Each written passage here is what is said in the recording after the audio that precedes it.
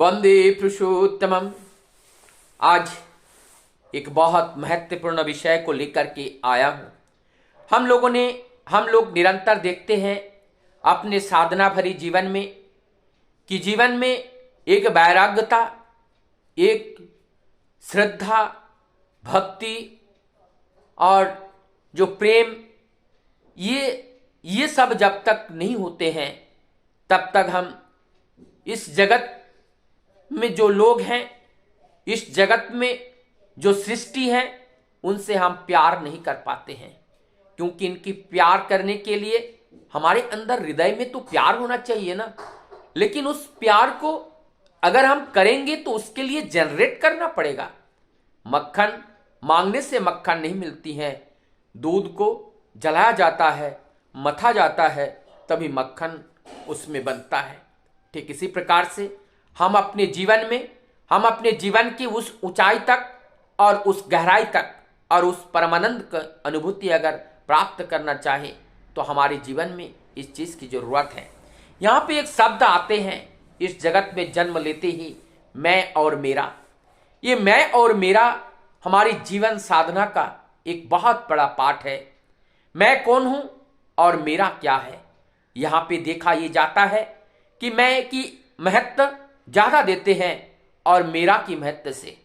और यहाँ कहते हैं बुद्धिजीवीगण, ज्ञानीगण और जो विद्वान लोग हैं वो कहते हैं जो मैं है, मैं की ध्यान बहुत ज्यादा देना नहीं पड़ेगा।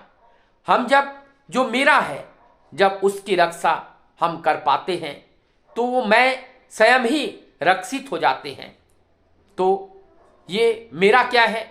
मेरा घर, मेरा बाड़ी, मेरा संतान, मेरा परिवेश, मेरा स्त्री, मेरा पुत्र, मेरा पिता, मेरा माता, मेरा ये भाई, मेरा बहन, ये सब मेरा मेरा है। इसका मतलब ये जो मेरा मेरा है, ये जो मेरा, ये मेरा, वो मेरा, तो मैं कौन हूं? मैं क्या देही हूं? मैं कौन हूं? मैं वो सार हूं, मैं वो तत्व हूं। और ये जो मैं है, ये मैं के लिए सोचना नहीं पड़ेगा। जैसे मैं करता हूं, मैं ना तो ये देही है, मैं ना तो माता है, मैं ना तो पिता है, मैं ना तो ये परिवेश है, मैं ना तो ये सृजन है। मैं कौन है? ये मैं ही परम सत्ता है। वो मैं परम सत्ता है और वो जो मैं क्या बताया जाता है वो परम सत्ता है। तो इस परम सत्ता की रक्षा के लिए जो मेरा है उसकी रक्षा करना पड़ेगा। इसका मतलब परोपकार करना पड़ेगा।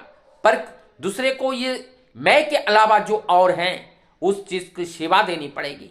जब हमारी जो दायित्व है, जिस पोस्ट पे मैं कार्यरत हूं, मैं पिता हूं, मैं पुत्र हूं, मैं पति हूं, और इस पोस्ट में रहते हुए हमारा जो दायित्व बनता है इस समाज के प्रति, हमारा दायित्व बनता है अपने पत्नी के प्रति, हमारा दायित्व बनता है अपना संतान संतति के प्रति, हमारा दायित्व बनते हैं अपने माता पिता के प्रति।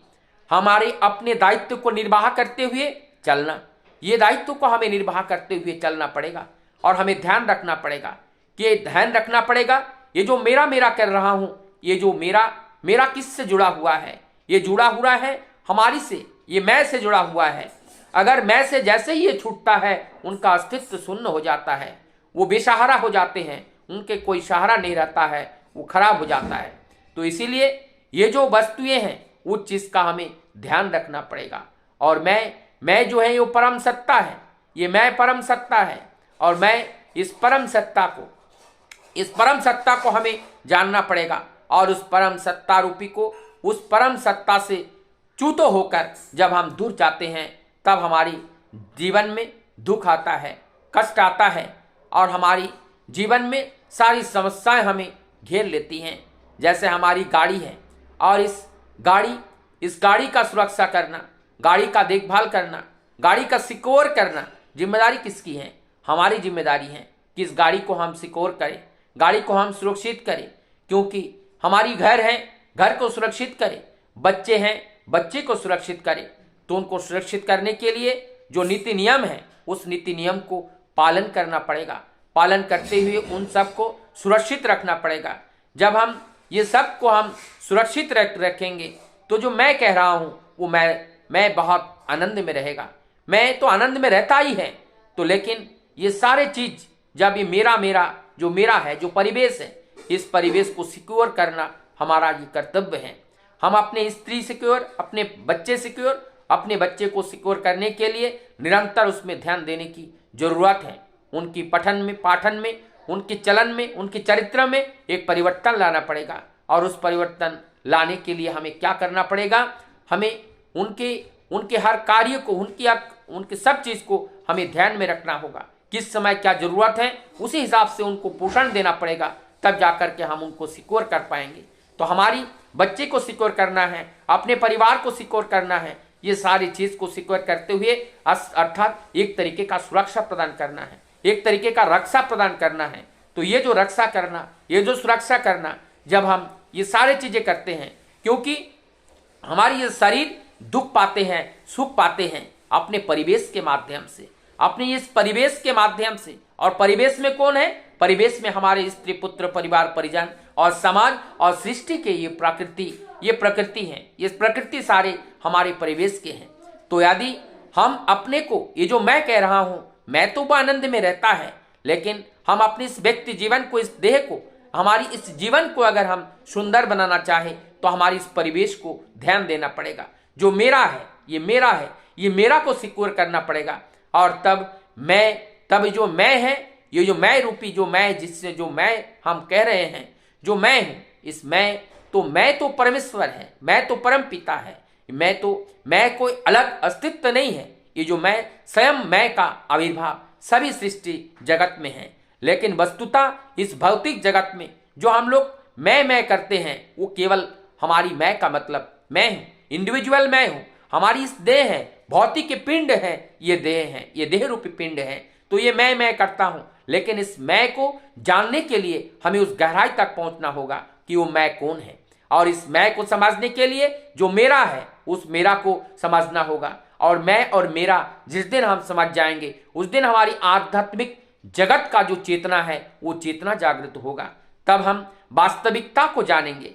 समाज में जो हम देखते हैं, जगत और ये धर्म, जगत और ये आध्यात्मिकता क्या है? कि सत्य के साथ युक्त रह करके उस चेतना भरी जीवन को जीना, ये आध्यात्मिकता है। तो ये सत्य के साथ युक्त रहकर चलना, ये आध्यात्मिकता है, धार्मिकता है। ये धार्मिकता जीवन है कि जीवन चलने के पथ पर जो प्रतिकूलताएं आती है, सुकौशल के साथ उस प्रतिकूलता को ध्वस्त करके अपने जीवन को सुगम बनाना, वो आध्यात्मिकता है, वो साधना है, वो तपस्या है। और ये तपस्या से जयी होने के लिए हमें इस चीज को समझना पड़ेगा, मैं और मेरा। तो ये मैं और मेरा के माध्यम से हम अपने जीवन की चेतना तक पहुंच सकते हैं और जीवन को जगा सकते हैं। आइए हम अपने जीवन को जगाएं, वास्तविकता को जानें, मैं कौन हूं। और जब इस वास्तविकता को जब हम जान जाते हैं, तब इस जगत की जो आनंद है, वो जगत की जो फीलिंग है, जो सत्य फीलिंग है, वास्तविक फीलिंग है, वो जो फीलिंग हम प्राप्त कर सकते हैं, उनकी जो दया है, उनका अनुभव कर सकते हैं, उनको लेकर के हम आनंद में जीवन जी सकते हैं। तो आनंद में जीने के लिए वास्तविकता को जानना पड़ेगा। जब तक हम वास्तविकता से परे रहते हैं, तब तक जीवन में हम आनंद की अनुभूति नहीं कर सकते हैं। वंदे पुरुषोत्तम।